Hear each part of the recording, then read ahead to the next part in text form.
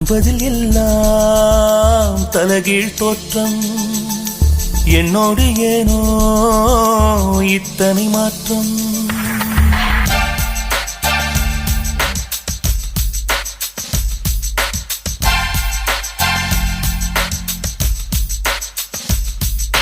பூமி என்பது தூரமானதே, நட்சத்திரங்கள் பக்கமானதே.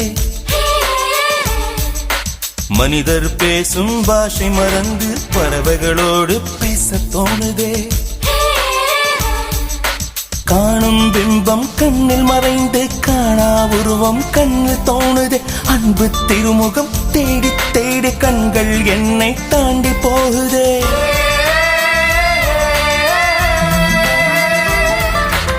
இதற்கு பெயர்தான் காதலா, காதலா, இதற்கு